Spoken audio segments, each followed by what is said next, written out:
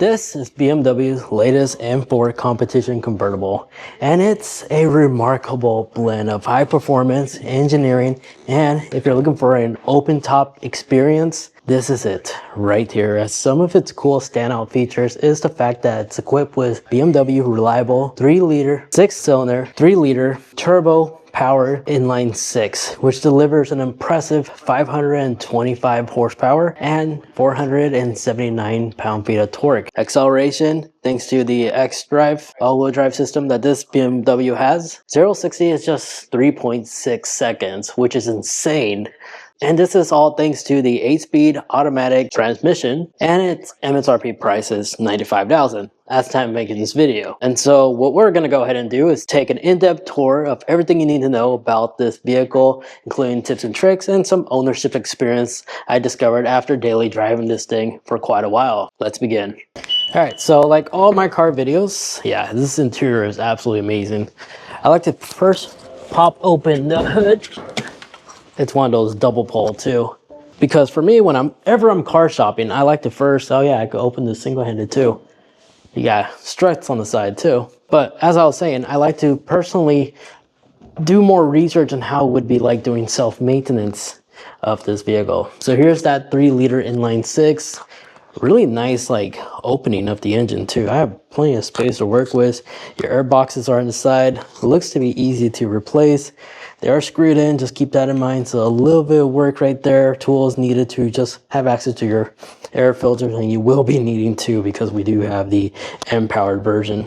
And in terms of oil, here it is right here. From my understanding, it takes OW30, full synthetic. And in cold climates, you'll probably use like 5W30 or something like that. And the oil filter should be located somewhere here on the side too. But to have access to your spark plugs and stuff like that, you will need to remove the engine strut to have access to your spark plug coils. But you do have your windshield wiper fluid located over here. And underneath this cover, you'll find your brake fluid located here as well. And since I don't see a car battery here, it's likely located in the back in the trunk, since the terminal is located right here if you need to jump or jump another vehicle. And then this doesn't fully extend up like Mercedes do. And it does require a latch press down here and a latch press down there to fully close this hood. But taking a look at this color, it's really nice. It's like greenish, bluish. I forgot the name, but I'll have it in the screen right there. But that is the name of the paint for this in particular BMW. And as you see right here, we do have the kidney grille, which I believe BMW is starting to update them with smaller ones again, which is quite nice. But this grille, people love it and people hate it. It kind of grows on you. But one thing for sure, rock chips don't show up as easy since you don't have that much paint to worry about, which is quite nice. Now these headlights are pretty bright at night. These are like BMW's latest LED headlights, which have the unique blue outline right here. But ground clearance wise, this is definitely not very clearable. So reverse parking is always your friend, because if I grab a yardstick and we take the measurements and see how much ground clearance you're working with, keep in mind center blocks are typically about 6 inches. So it looks like this is just barely about to be able to be clear center block, parking block if you park really close to it. Now we do have these aggressive looking wheels with aggressive brakes and massive calipers in the front. There are scatters because the wheels in the back are definitely much wider, as these are Michelin tires, 286 in the rear, regular calipers in the back though. And we have 275s in the fronts, and these are Pilot Sport 4S tires it looks like. And if you take a look at the mirrors, it's also finished with BMW's signature M Competition side mirrors with that little fin. But if I go ahead and open up the car, and we just tap once for power, apparently I have to be on the driver's side to actually like raise the roof. I want to talk about the fabric material that's used. So let's let this roof lock in place. It does it fairly quickly too. And you have to keep it below 25 if you need to move while you're raising your roof. There we go, now it's raised up. Because what I like to show you is this fabric material is different than other convertibles that I've seen.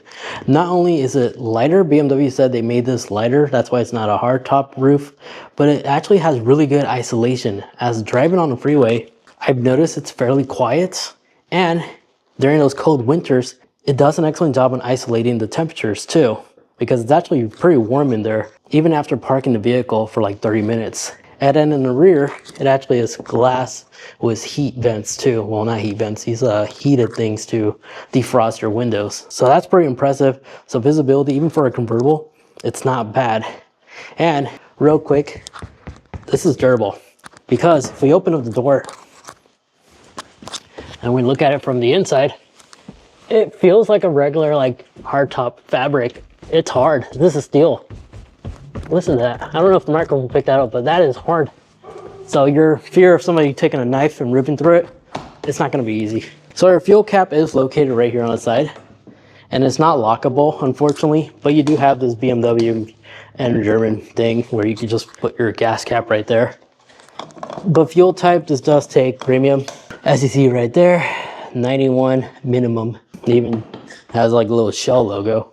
And gas capacity, this holds about 15.6 gallons of fuel with an average MPG of 19 and 22 on highway, about 18 combined, and those are the numbers I've been seeing, about 19 miles per gallon. But the cool thing I like to cover is the back over here, because not only do we have that little ground effect side skirt right here on the side, it continues in the back with this massive diffuser, and look at the size of these quad exhaust tips. But these taillights over here, these are laser taillights, as they have like a 3D effect, and you even have the cautious laser logo right here, which is quite cool. But when these illuminate, these look fantastic. It just looks really nice. It's a new updated version for these generation models. He even continues having a little laser warning right there. But yeah, it looks really great in the back. If we open up the trunk, another thing I like to show you is the cargo space. It's actually not bad for a convertible. It's a different compartment to where the convertible part fold in. This little box right here holds your convertible compartment. But if we slide my backpack out of the way, it does go pretty deep. Just keep in mind, if you have briefcases and stuff like that, it might be difficult, but probably could fit like one golf bag in here if you absolutely need to. You do have little dividers right here, and you have a manual release if you like to fold down the back seats if you need to. Give yourself additional space. And the fuse box is located right here for your interior, right next to the emergency release latch. But something tells me the car battery may be located underneath this, which I am unable to actually pull apart, but there is little covers you can pop out to have access to that. But no spare, unfortunately, but we do have an inflation kit. Very standard back here. And these exhaust tips back here, I'm unsure if they have a valve opening, but there is a valve button in the front in the center console that gives you the ability to open up the valves to make the engine sound more loud and powerful. Now, before we get in the car, these are the car key fobs right here. Very standard BMW with the M Sport colors on the side.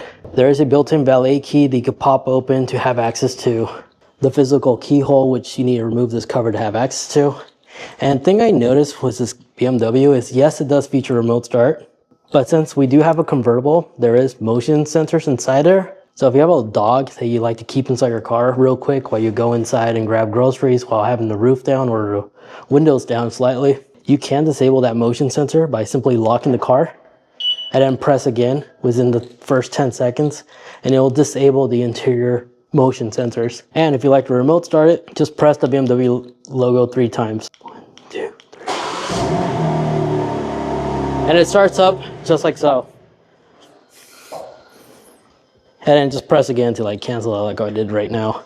But I walked back here so you have a better understanding the 3D effect that these laser taillights have. They look absolutely amazing. So with that said, let's go ahead and hop into the back seats of this car. Oh, you do have turn signals on your mirrors. I forgot to mention that. But let me open this up, and wish me luck. I'm gonna try to get back in the back seat right here.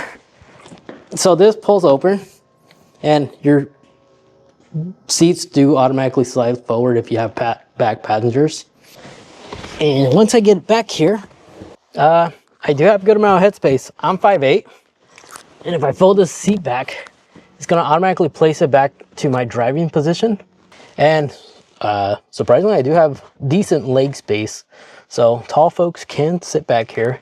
In addition to that, we do have cup holders right down here as well. And if you like your center armrest, this pulls down So you do have access to a little armrest cubby, I guess.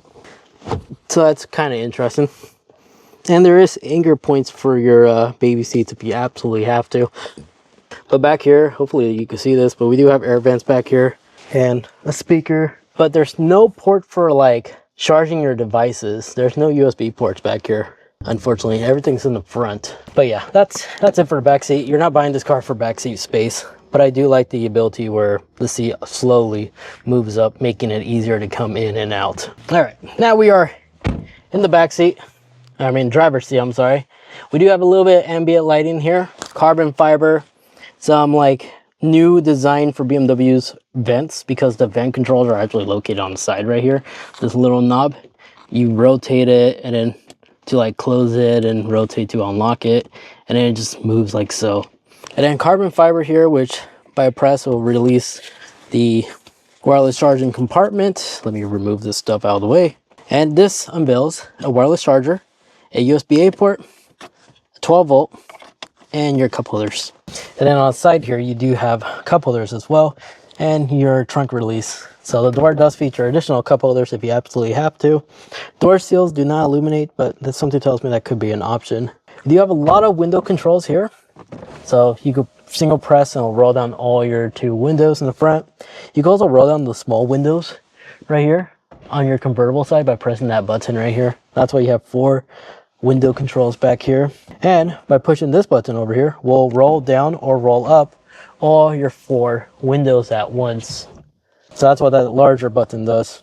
And of course you do have memory seats here. This one does not have the memory seats option on the passenger side, but you might be able to opt for that. That's what that little blink button is there for.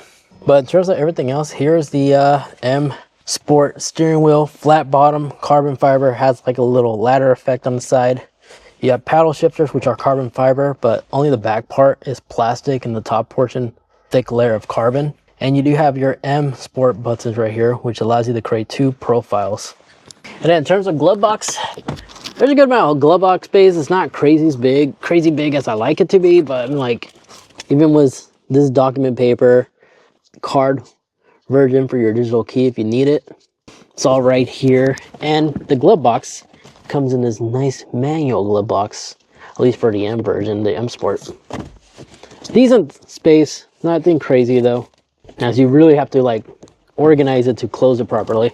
And then your acceleration pedal is aluminum, as well as your brake pedal. And then your seats, they do feature that little leg extension, and it's all remote controlled on the side, which does have a good amount of lumbar. You can adjust the headrest. If you like to increase the size, height, it's all adjustable. Back, bottom, side wings, you could adjust all that. Then on top here, you have your SOS, your light switch control, and sun visor are pretty thin, but they do feature a little mirror that you can have access to. Now in terms of quick button controls, you do have your iDrive system located here, your map, shortcuts, media. Your heated seats can be adjusted here or on your screen, which is kind of cool. And here's that little valve, which allows you to open up your valves on your exhaust quicker, as well as your mode selector located here as well if you like to quickly enable sport mode. And then inside the center armrest, you have 2 USB-A ports, a little light, and that's basically it. Not much space, but enough space to like put like 3 phones in there if you absolutely need to. My only complaint about this button layout, however, is how close the emergency brakes is to the convertible one. I have accidentally held on this and went to an emergency stop on accident, thinking that it was the convertible switch. Maybe over time I'll quickly memorize this, but just a quick heads up, these 2 are pretty close to each other. Now for the M Sport, you do have these type of shifting knob right here, which you can press here to sport. And to have access to your 360 cameras, you can always just press here and it'll display it right here automatically. And in parking 360 mode, you can view the cameras by simply just pressing the angles you want to see it. Even features car wash mode to help you line up properly and parking. And if we go in settings, if you scroll down, there's a GPS base, which by checkmarking this allows the 360 camera to automatically launch once you're at your driveway, once you checkmark the GPS location. So this does have BMW's curved display, which we have a 12.3-inch instrument cluster here, And this one over here is almost 15 inches, as this is a 14.9 touchscreen entertainment system. And this is running BMW's latest, and this is BMW's iDrive 8.5 system, which means your climate control is all controlled right here as well. You can tap on the position where you want the fans to be increased. You can actually swap them. They do like this cool animation. And to turn it off, tap right here. And this car does have heated steering wheel and heated seats. Just for some reason it doesn't let me activate it. There we go, now it lets me. So yeah, we do have 1 level heated steering wheel and then 3 levels for our heated seats. No ventilation for the convertible, it seems like. And this entertainment system does have access to multiple different apps. The neat thing about this is everything is fully customizable. Like all these tiles you see here, everything you can continue customizing to your own personal preference, and there's support for pretty much anything. You just hit plus and add them. And a swipe down up like so allows you to have access to your quick controls, and there's slide. And on the driver's side, this is customizable as well, as you do have a variety of different themes to choose from what the vehicle sees, from your MPG, throttle, keep it simple, to set up your driving, the engine information, tire pressure, your horsepower and torque in real time, G-force meter, media, and the heads-up display is also customizable as well, as you do have a couple of different styles to choose from media on your heads-up display, or you can include maps too with the compass to show you your directions as you're driving as well. But when you shift the vehicle in sport mode, if we switch to our M mode and select sport, your instrument cluster changes into this, which I have no idea what kind of BMW that is, but something tells me that's the first generation M3. Comment down below if you know exactly what that is. I don't recall them having vents on the hood, but that boxy design, that's what it reminds me of. So I want to believe it's that, which is kind of awesome. But you do have like a hockey stick design for your RPMs right there. And I gotta say, it looks great. And the sensors above here, that's just a driving pro assist that this BMW does have equipped. It is equipped with, so it does feature like a smart autopilot system, supervised of course. And you also have little indicators right down there for your rear seat passengers to see who doesn't have their seatbelt on. In terms of features, hidden features that it has is what a lot of people always forget: the mirror control. If you select the left side and you put the car in reverse, it will automatically fold down the mirror automatically so you can see your parking.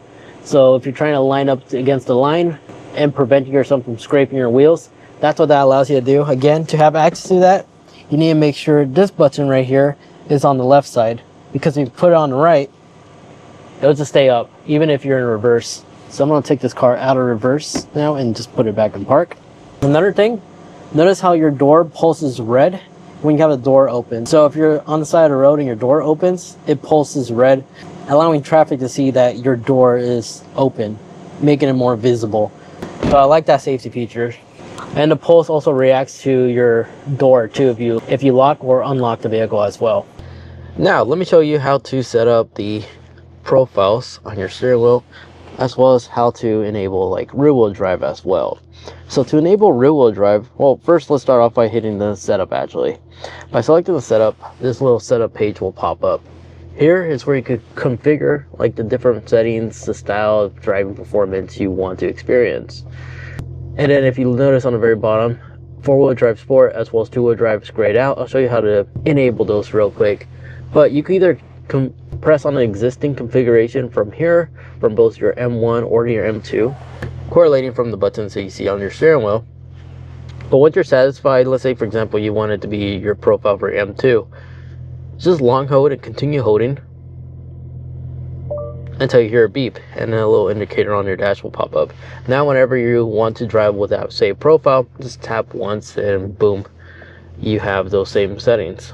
But let's say you want rear wheel drive, 100% rear wheel drive, just long hold or tap once on your traction control button, and from here you have the selection between MDM or DSC. With MDN selected, this will enable 4-wheel drive sport. And what that allows you to do, it's kind of like the medium offsetting to like traction control completely off. Was this selected, it accidentally starts to slide a bit more. The system is still somewhat enabled, that will still be able to correct itself. But it's until you actually turn it off completely, and this is where you have the iDrive performance section no longer grayed out, where you can now select two-wheel drive. So that's how you get to unlock rear-wheel drive 100% full time. But once you're satisfied, just press on your performance icon, whatever you like to do, because the next thing I like to show you is the sequential icons on the side. So on your shift knob, if you move it over to sequential, right now, since we have the D highlighted, but notice how there's one bar, you could increase the aggressiveness of the transmission performance to be instant, in the middle, or somewhat slow but not too slow.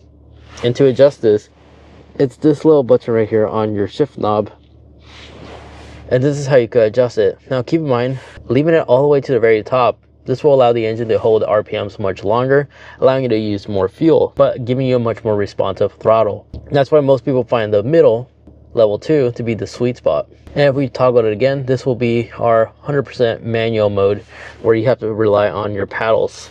But while driving with your paddles, let's say you don't want to quickly take your hands off the wheel and change the knob back to like standard drive.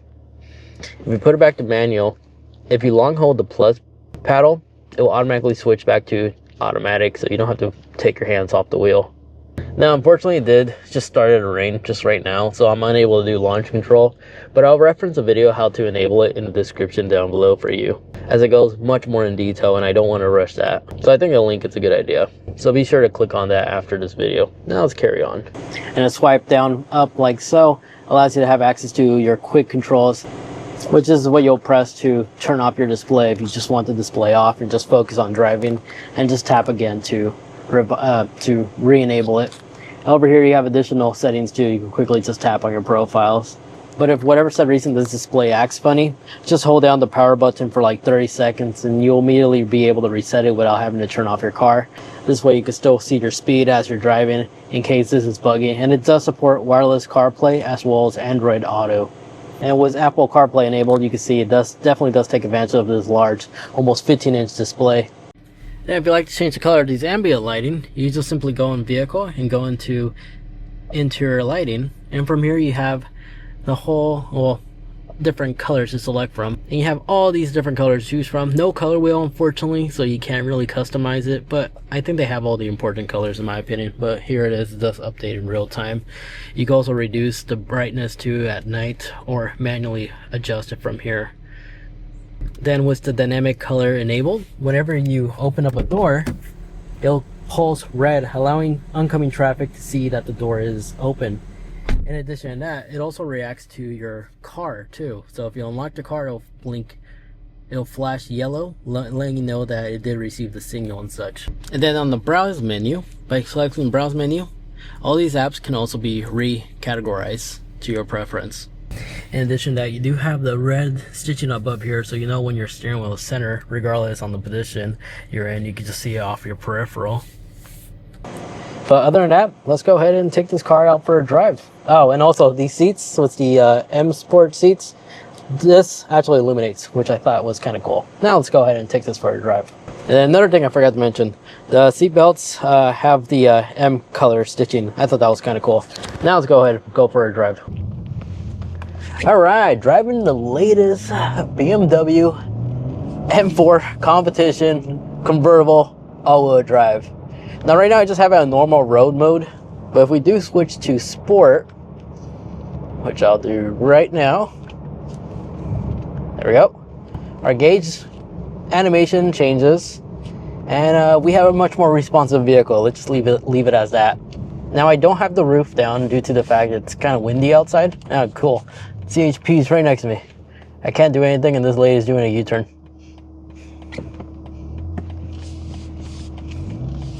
Interesting. All right, as I was saying, I can't take the roof down due to the fact that it would just be really windy. You won't be able to hear me, even with this dead cat attached to the microphone. Still wouldn't be enough. So I'm gonna have to leave the roof up. But first impressions, after driving this vehicle for about a week now, it's very forgivable. I don't know if it's because the all-wheel drive system, but I have driven other generations of BMWs, or like the M3, the previous generation. I've driven that one. I also driven the M4, even driven the new M8 as well, which is like the M6 basically. But A thing I noticed with those vehicles is very easy to drive.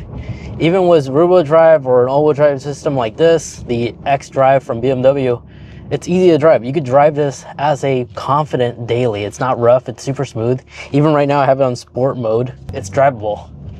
Yes, you could do launch control on this vehicle, but I mean, like, even just getting on the highway, which I may end up having a hard time. There's a truck in front of us hauling hay, and if it gets on the freeway, it's gonna be tough for me to do an acceleration drive. Ooh, to our luck, it is not going on the freeway. So I'm about to head on the freeway and slow down a bit. Clear, green light. And here we go, 0 to 60. Let's see. Oh, pulse. And 60. So this was an uphill acceleration, but it was very responsive. It's not as loud as I like it to be, but there's always aftermarket exhaust systems you could always attach and add on to this thing if you absolutely want some verbal. But for a 6-cylinder inline 6, it sounds good. This is BMW's like iconic signature inline 6 engines that they've been using from the previous generations, which has been known to be reliable. And I'm happy to say this car has it and sounds very similar to my X5, believe it or not, my 50E that I have. Not bad at all.